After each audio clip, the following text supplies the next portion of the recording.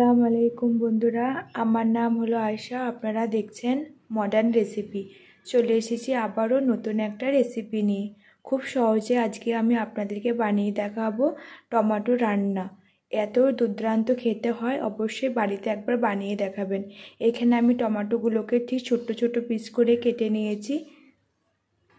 এবার এর মধ্যে আমি 1 চামচ লবণ দিয়ে নেব। এবার এর মধ্যে দিয়ে নেব আমি লঙ্কার গুঁড়ো। এখানে মশলাগুলো আপনারা আপনাদের প্রয়োজন মতন ব্যবহার করে নেবেন। আমি আমার প্রয়োজন মতন ব্যবহার করে নিচ্ছি। এবার এর মধ্যে দিয়ে দেব 1/2 চামচ হলুদ গুঁড়ো, আর এর মধ্যে দিয়ে নেব মটরশুঁটি আর ধনের পাতা কুচি,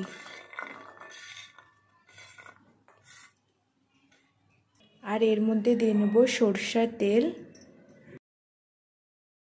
এখানে আমি দিয়ে নেব জলটা দেওয়ার জন্য। জলটা এখানে ব্যবহার করছি টমেটোটাকে সিদ্ধ করে নেওয়ার জন্য। অল্পই জল দেবো এখানে আমি এর মধ্যে ঢাকনাটাকে লাগিয়ে নেব, দিয়ে এটাকে সিদ্ধ করে নেব। আমার প্রায় 2 মিনিট হয়ে গিয়েছে। এবার আমি ঢাকনাটাকে একবার খুলে দেখে নেব। একবার খুন্তির সাহায্যে এটাকে ভালো করে নাড়িয়ে নেবেন। এবার এমনি করে খুন্তির সাহায্যে একবার চিপেও নেবেন, তাহলে খুব সহজেই গলে যাবে। ঢাকনাটাকে আমি চাপিয়ে নেব। খুব সহজেই তাড়াতাড়ি রান্নাটা আপনার হয়ে যাবে। একবার অবশ্যই বাড়িতে বানিয়ে দেখবেন বন্ধুরা। এবার আমার এই চাটনির মধ্যে জলটা একবারে মরে গিয়েছে। এবার এর মধ্যে আমি আবারও সামান্য জল অ্যাড করে নেব। এবার খুন্তির সাহায্যে ভালো করে একবার মাখিয়ে নেব।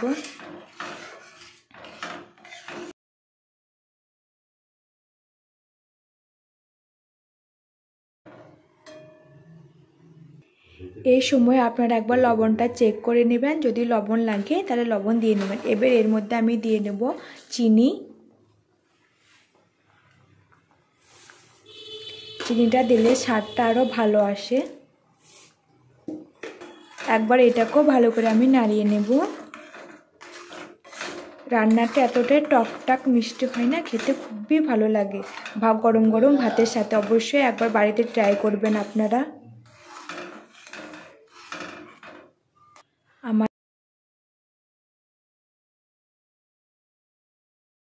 আমার এই টমেটো রান্নাটা কমপ্লিট হয়ে গিয়েছে। আপনারা অবশ্যই বাড়িতে একবার বানিয়ে দেখবেন। ভালো লাগলে অবশ্যই লাইক সাবস্ক্রাইব করে দিবেন।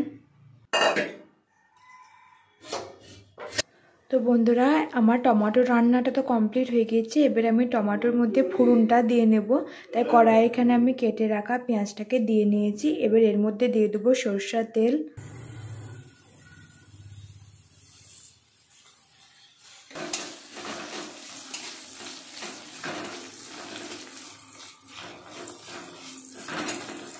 এটাকে ঢেলে নেব।